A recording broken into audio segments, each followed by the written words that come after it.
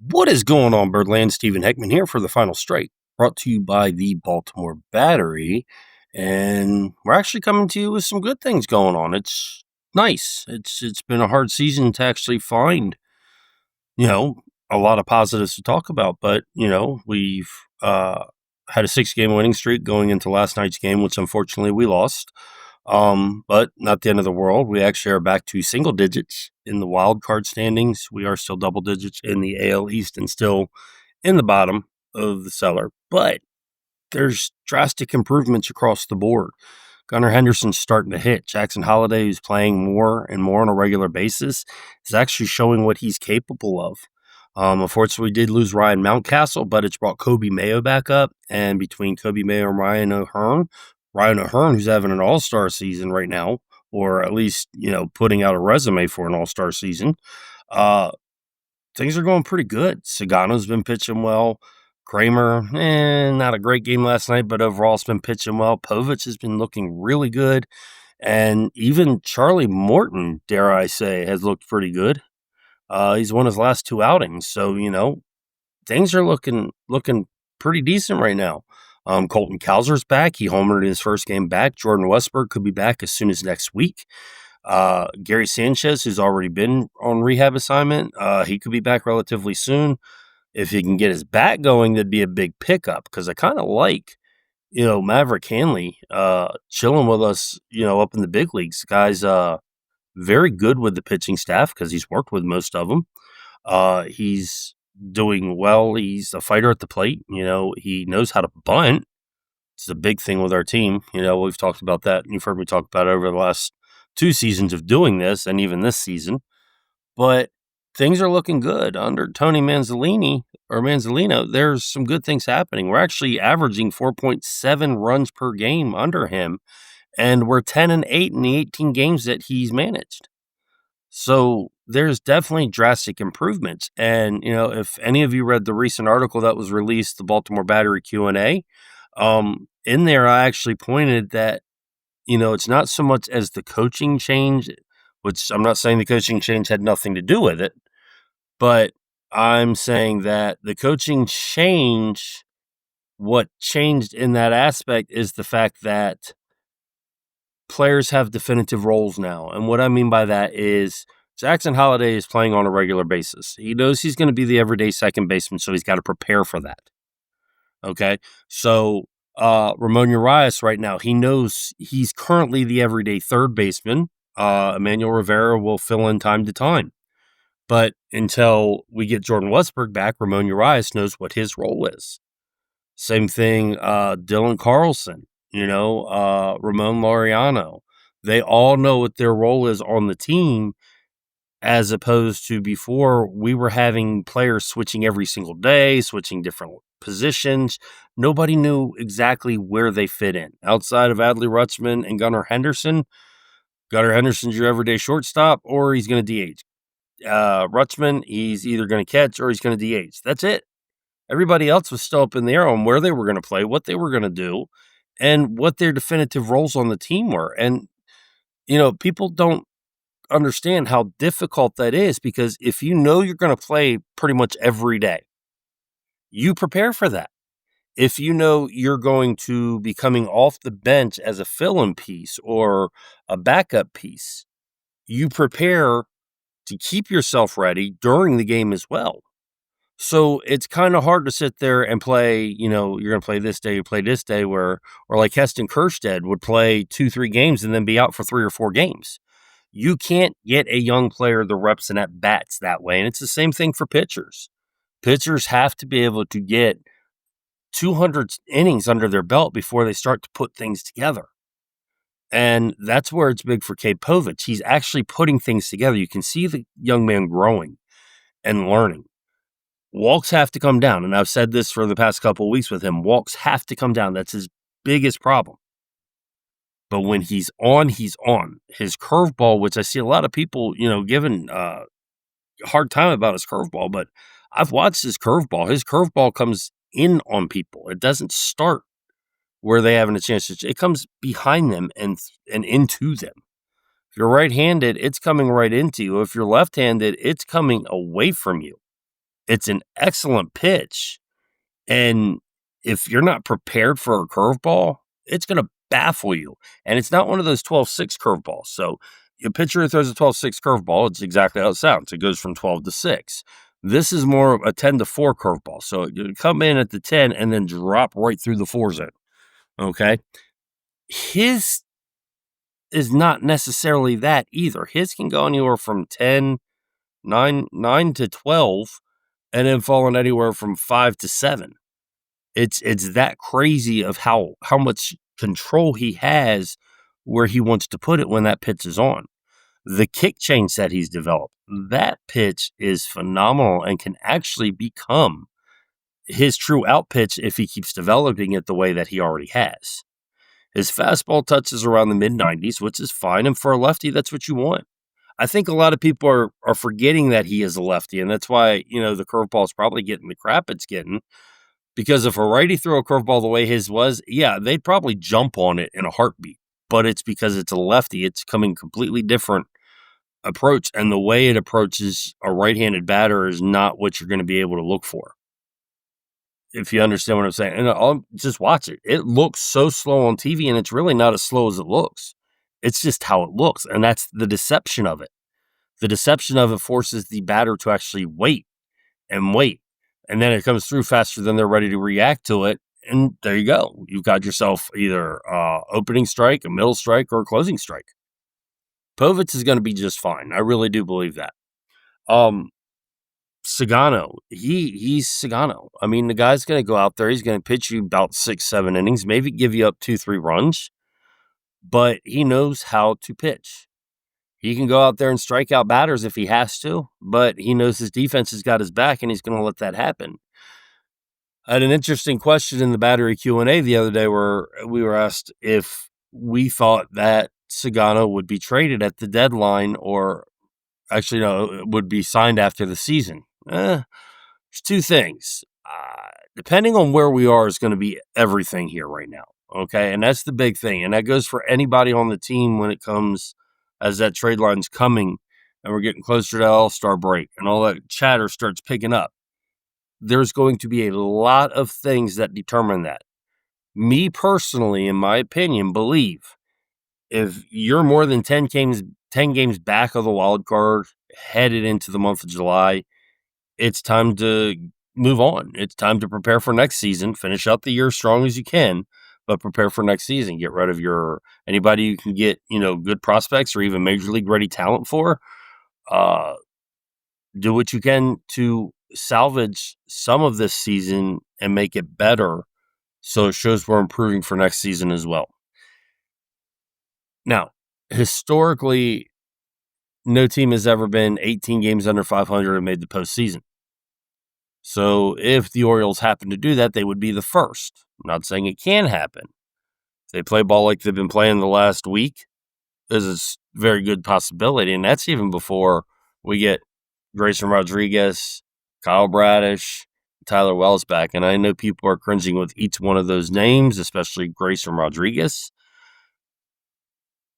The guy's going to help us, and as long as we get him back there and out on the mound, he's going to be a benefit for our team. I know a lot of people are giving up and ready to be done with him, but I've seen so many people give up on pitchers early in their career because they had some injury problems, and then they go somewhere else and they become this nice lockdown top of the front line rotation piece, and then people are kicking themselves in the ass. So Grayson Rodriguez is honestly going to be okay. His track record indicates that he's going to be okay. All right, he's not one that is injured a lot the last 3 years. Of course, does change that. But one of the things that he was working on this year was alleviating stress in that lat area during his windup, which I think is what led to the forearm problem.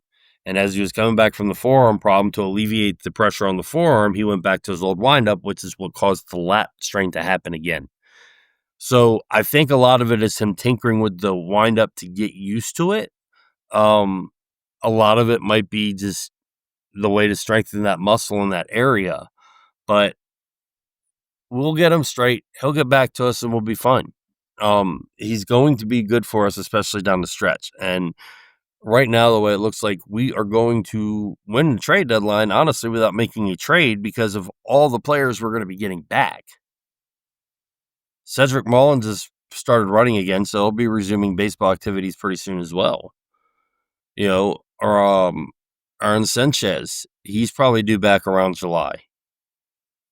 So, I mean, we have a windful of talent that's still coming back. If we can get Paul O'Neill on the field and keep him on the field the rest of the season, I think we're going to see good things from him. But if not, we have players that can fill in for him and still get the job done. Dylan Carlson and Ramon Laureano are doing a tremendous job.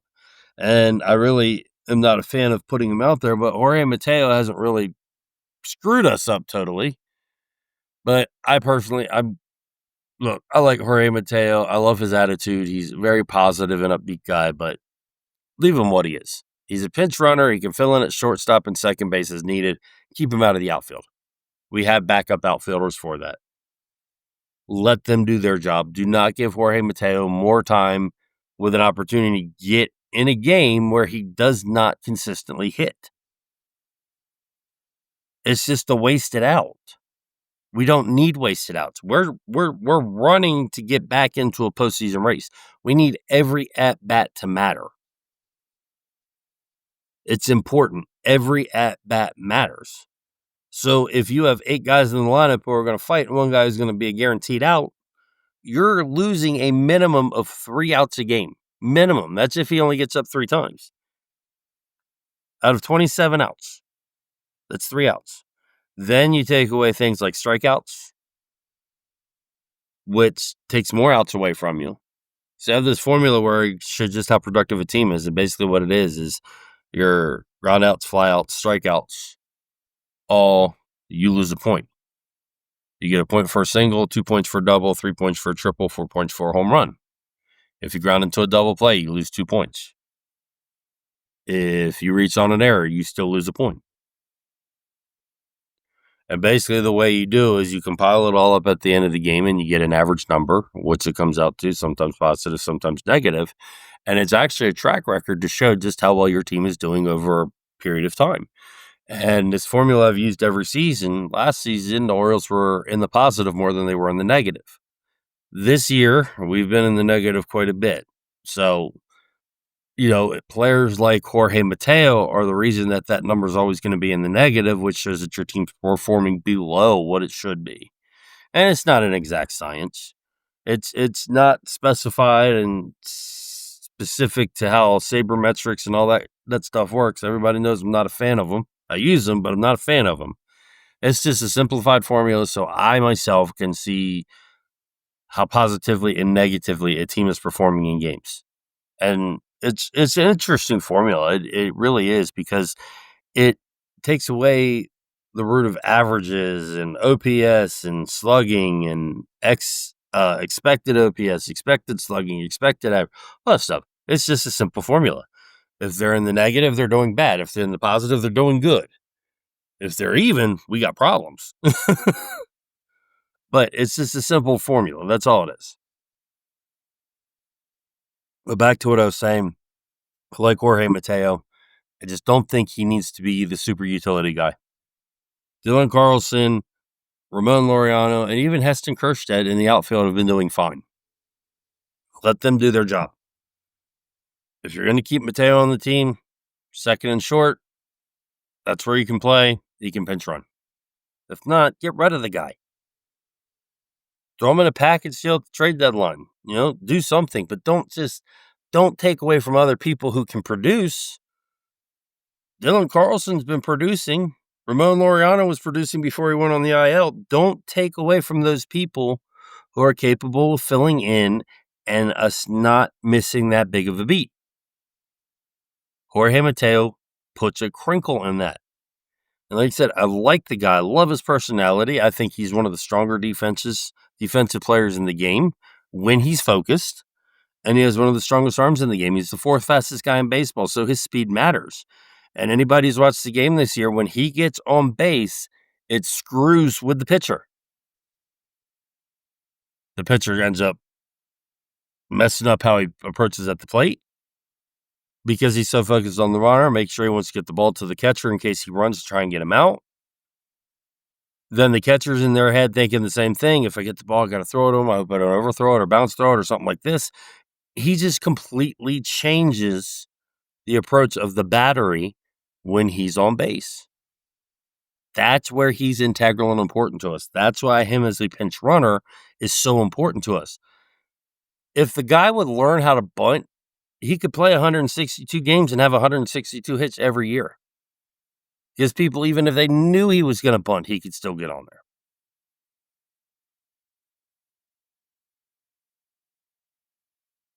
You've got speed, use it. And I'm actually, a few times this year, I've actually seen a few of our players turn to bunt. Cedric Mullins has done it a couple times. Mateo, I don't know if he's been successful, but I know he's done it a few times. And Maverick Hanley. He actually wasn't successful and then was. So, there are players who know how to bunt. James McCann was our best bunter last year. We'd send him up just to bunt specifically in certain positions. But the other thing I was getting at with the team, with the improved play, is they're confident in what they're doing in each other. They know what they're capable of. They've always known what they're capable of. But now that they have a defined role on what they're supposed to do at their position or where they're playing or how often they're playing, it gives them the ability to focus and harness the talent that they have and put it out there. I mean, you can't have a guy go out there and, all of a sudden go on a 10-game hitting streak and say, I'm going to give you the day off. Why? Why mess with what's working? It's like Jackson Holliday was playing on nearly every day or every 2 days. And it was messing with him getting comfortable and getting this big league at bats, which you need. And as you see, he's getting those at bats. He's hitting better. Both his hits yesterday, extra base hits, a double and a home run. He has the capability of being a 2020 man. If I remember correctly, I think I predicted it this year. It was either a 2020 or a 2010 man was one of my predictions for Jackson Holliday this year. And when we get Jordan Westburg back in the lineup, I really hope what I see with the lineup then is you have Holliday leading off with Westburg batting second. Then I would have Rutschman. Then I would have Henderson and O'Hearn. Depending when O'Neill comes back, then I to Couser, O'Neill, Mullins. That lineup would work. You have your power evenly spaced. You have balance of speed up and down the lineup. And you have two of your best contact hitters leading off the game, with Cedric Mullins batting the ninth spot, who's one of your most aggressive and clutch hitters, with speed, getting the table set as well. But there's a reason I'm here and not making millions of dollars. So we're going to see if the play continues. I really am excited. It's nice to be able to come on here and speak positivity about the season versus where we were headed before. So we're hoping that it continues. We want that Oriole magic back. We want to see our team succeed. It hurts when we lose. It sucks when we know that they can do better and we're losing still. Appreciate everything Brandon Hyde did for us. Did a tremendous job while he was here. I know there were times that some of his moves and decisions were questionable, but he did what he thought was best. He gave us a good 7 years. He helped develop quite a few players and did a lot for a lot of players. So kudos to him. Wish him best on his journey going forward. We'll intern with Tony Manzalino the rest of the way. And next week, I think we'll start getting into possible replacements. Who could be the next person to guide the Orioles? I think that's what we're going to discuss next week. Let's enjoy the positivity right now. Let's have some fun. Let's go beat the A's tonight. Continue our move forward. June turned, and we've arrived. So let's continue it on the rest of the season. I want to give a big shout out to Hero Company, who makes Foxhole coffee. you're a coffee lover like me, that's what I've been drinking on here, is my iced coffee. Hero Company manufactures and distributes Foxhole coffee. You can find the link in my TikTok profile. You can also find the link in my YouTube profile. Premium cold brew coffee. Great thing about this is you get about 28 servings per bottle. I get 28 servings. It says you should be able to get 24, but I get about 28. Okay. Top doubles as a teaspoon if you don't have one. Takes 1 to 2 teaspoons per every 8 ounces of water. Okay, hot or cold. You can add your own flavoring. You can add sugar. You can add your own creamer. I usually use the creamer. I use water. And me being a diabetic, it does not affect my blood sugar that much, which is great. So that's another positive with this. Also, the biggest thing and the main reason that I've partnered with Foxhole and Hero Company is because Foxhole coffee supports military victims of PTSD, and helps shelter, train, and get those members their service dogs. So it's a company that works for the veterans. All the money and proceeds do go to helping veterans and also helping shelter and train these dogs. And the video of watching how one of these members of service who gave and sacrificed their life for our country, how they choose what dog will benefit them and be their companion going forward.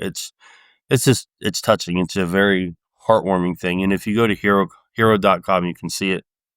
It should be posted on my TikTok profile as well. The Foxhole Coffee. Follow my link in the profile. Get yours today. You definitely will not be upset. And it'll save you money in the long run because you won't be running to the coffee stores spending those outrageous $4, $5, $6, $7, $8 prices for coffee. This is maybe $1 a day.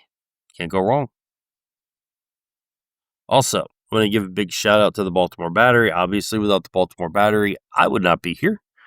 Just recently had the Baltimore Battery Q&A, which came out. It's the third season edition. We took questions from our listeners and viewers, and we answered them.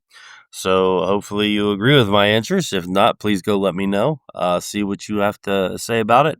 Definitely always leave comments and feedback. We love that. We want to hear from our fellow fans, if I can speak today. Same here. I want to hear from you all. I want to know what you all think. If I missed something or you'd like me to discuss something, working on trying to get a few people to come on the show. O's across the pond and me have been communicating with each other. I'm going to try and get them on here. Might try to go on their show as well. So we'll see how we can get that to play out.